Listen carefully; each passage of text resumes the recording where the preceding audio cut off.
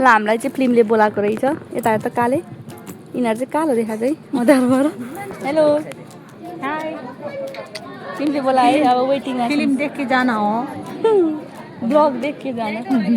ल हामी रेडी पोजिसनमा छौँ यसरी आज हामी 4 जना मिलेर गौँथली फिल्म हेर्न गएको थियौँ फिल्मको ट्रेलर हेरेदेखि चाहिँ एकदमै हेर्न मन लागेको भएर चाहिँ हामी 4 जना आज लाग्यौँ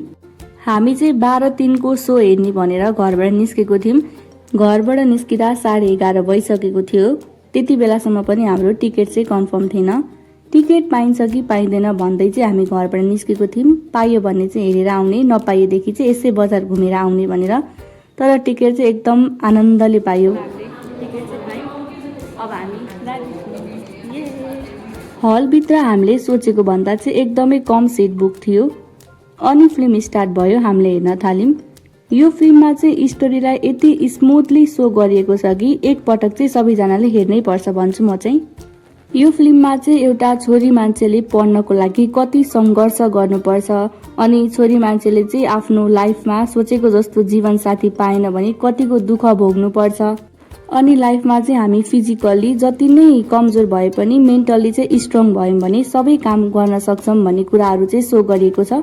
साथसाथै यसमा लभ स्टोरी पनि एकदम स्मुथली सो गरिएको छ हामी चाहिँ ब्रेकमा छौँ फिल्मको ब्रेक भयो अहिलेसम्म चाहिँ फिल्म एकदम दामी दामी दामी भयो तपाईँलाई कस्तो लाग्यो राम्रो अलि